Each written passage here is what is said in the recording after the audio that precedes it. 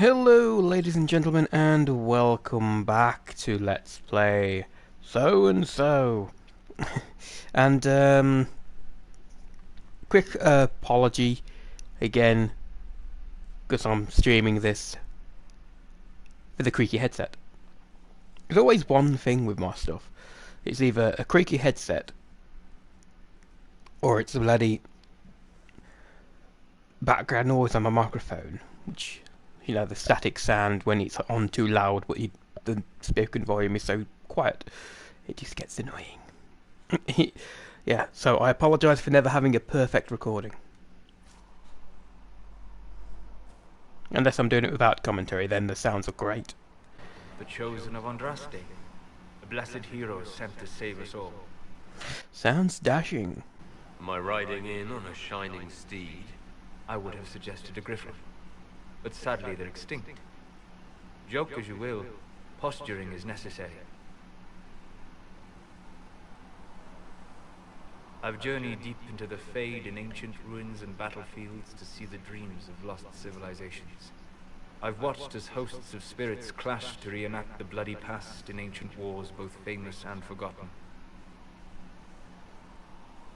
Every great war has its heroes. I'm just curious what kind you'll be. Yeah, study ancient ruins. Battlefield. Any building strong enough to withstand the rigors of time has a history. Every battlefield is steeped in death. Both attract spirits. They press against the veil, weakening the barrier between our worlds. When I dream in such places, I go deep into the Fade. I can find memories no other living being has ever seen. How can you sleep? Like, yeah, when you go into ruins, there tend to be, you know, spiders, lions, tigers, bandits. You fall asleep in the middle of ancient ruins. Isn't that dangerous? I do set wards. And if you leave food out for the giant spiders, they are usually content to live and let live. That's impressive. I've never heard of anyone going so far into the Fade. That's extraordinary. Thank you. It's not a common field of study for obvious reasons. Not so flashy as throwing fire or lightning. The thrill of finding remnants of a 1,000-year-old dream? I would not trade it for anything.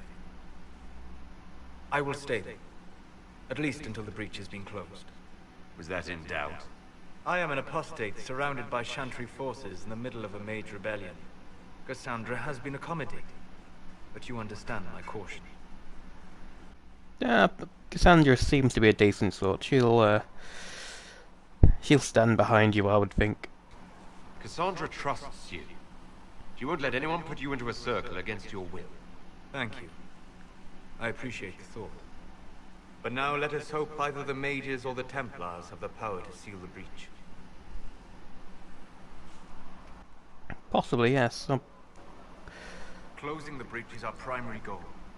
But I hope we might also discover what was used to create it. Any artifact of such power is dangerous. The destruction of the Conclave proves that much. You don't think whatever created the explosion was destroyed in the blast? You survived, did you not? The artifact that created the breach is unlike anything seen in this age. I will not believe it destroyed until I see the shattered fragments with my own eyes. We would do well to try to recover whatever created the breach. Liliana's people have scoured the area near the blast and found nothing. Whatever the artifact was, it is no longer there. In any case, did you need me for anything?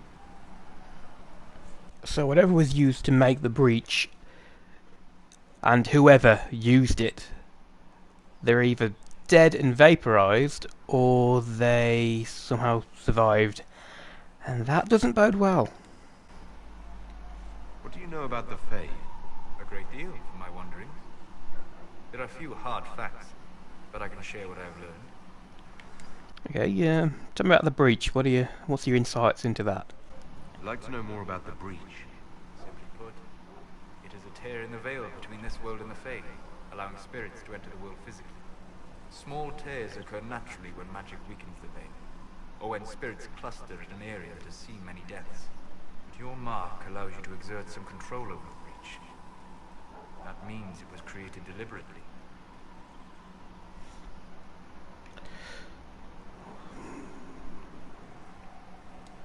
I'd like to know more about the Veil. Circle mages call it a barrier between this world and the Fae. But according to my studies in ancient elven lore, that is a vast oversimplification.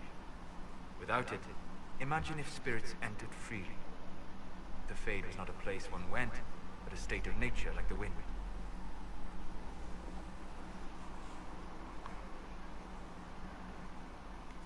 Sounds like it would be wonderful. And dangerous. But yes, a world where imagination defines reality. Where spirits are as common as trees or grass. Instead, spirits are strange and fearful. And the Fade is a terrifying world touched only by mages and dreamers. I am glad that I'm not alone in seeing the beauty of such a world, along with the obvious peril. Tell me about demons. I'd like to know more about demons. The chantry says that demons hate the natural world and seek to bring their chaos and destruction to the living. But such simplistic labels misconstrue their motivations, and in so doing, do all a great disservice. Spirits wish to join the living. And a demon is that wish gone wrong. Is there a way to coexist? To live with them? If not in peace, at least without such active confrontation. Not in the world we know today. The Veil creates a barrier that makes true understanding most unlikely. But the question is a good one, and it matters that you thought to ask. We'll talk later. Goodbye. Oh, that was interesting. And hello and welcome to the stream. I didn't really want to speak too much while I was in the middle of a conversation like that. But The Mages and the Templars put a lot of people out of their homes. At least Mother Giselle is there to help. I'd think food and clothing would help more than prayers. true. Prayers would help as well, I would expect. The Divine, the Mages, the Templars, everyone ready to talk. And now all of them are dead. Just like that. May God be with you. Going to be bloody now. That's for certain. Fix the door just like you asked, Flitter. Oh, me. Oh, Mage, are you him? You were the herald of Andraste. She sent you to us to show the world her love, and I am ready for that love. Well, I'm not ready for that kind of love. That is, unless that's what you want. But, I mean, I'm Flitter. Can I get you a drink? What did you mean by that kind of love? Nothing. I didn't mean anything. What did you mean? As I said, I'm Flitter. The Inquisition soldiers needed a place to unwind, so Leliana brought me in to set up a tavern. Nothing fancy, but it's safer for the soldiers than looking for trouble in some village. You said Leliana asked you to run an Inquisition tavern. How did you meet? Dumb luck, maybe. I managed an inn back in Denerim. When I heard interesting gossip, I passed word to Leliana. Sometimes it was helpful. She asked if I wanted to own my own tavern, and I said yes. I didn't realize she meant this. What can you tell me about this area? Adan is Haven's apothecary. He's been making potions and tending to the wounded as best he can. Harrit is the Inquisition smith. Whatever he can't make you, Thren the quartermaster can probably find. And for anything fancier, you can try buying from Segrit. His prices aren't too high. Yet. Oh, there's also Minave.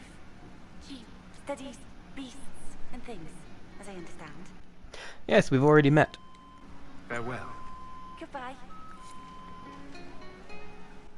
And that sounds like the front door. I wonder if that's Michelle with the kids around today.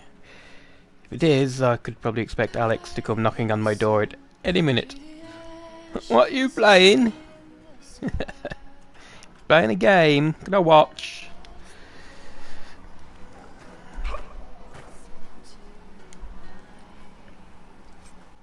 At least that's how it used to be when I was downstairs doing this. Ah, Marek.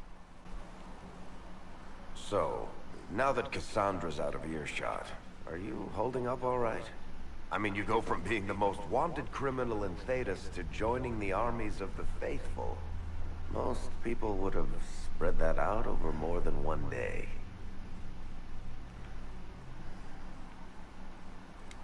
I'm just glad I'm still standing after all that. I still can't believe you survived Cassandra. You're lucky you were out cold for most of her frothing rage. For days now, we've been staring at the breach, watching demons and Maker knows what fall out of it. Bad for morale would be an understatement. I still can't believe anyone was in there and lived. If it was that bad, why did you stay? Cassandra said you were free to go. I like to think I'm as selfish and irresponsible as the next guy, but this... Thousands of people died on that mountain. I was almost one of them. And now there's a hole in the sky. Even I can't walk away and just leave that to sort itself out. It's pure luck that I escaped. Good luck or bad? You might want to consider running at the first opportunity. I've written enough tragedies to recognize where this is going. Heroes are everywhere. I've seen that. But the hole in the sky... that's beyond heroes. We're going to need a miracle. And instead you have me. Yeah, I don't fancy our chances very much.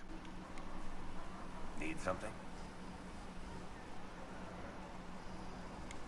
The red lyrium we found at the temple seemed to upset you. My brother Bartrand and I sort of discovered red lyrium during an expedition in the Deep Roads. We located an ancient thaig, so old it barely looked dwarven. There was this idol there made of it. Bartrand brought it back to the surface, and, well, everything's gone downhill from there. How did the red lyrium get in the Temple of Sacred Ashes? I don't know. So as far as I knew, the only piece to make it to the surface was destroyed. And the location of the thaig it came from is a secret. Did someone find more of it in the Deep Roads? That's not a cheery thought. So what is it? Just another kind of lyrium? The red stuff is lyrium like a dragon is a lizard. It's not just a different color. It has a whole host of weirdness all its own. I've written to every mining cast house in Orzammar. No one's seen this stuff before or knows where it came from. What makes it special? Regular lyrium can mess you up pretty badly, but you have to ingest it for that to happen. Red lyrium messes with your mind when you're just near the stuff. You hear singing, get violent, paranoid, and then it does creepy shit. Makes things float, brings statues to life. It also turned Kirkwall's Knight Commander to lyrium. Everyone's been kept at least 100 paces from it since. Sheesh. I think that's enough on red lyrium. Yeah, not really my favorite subject.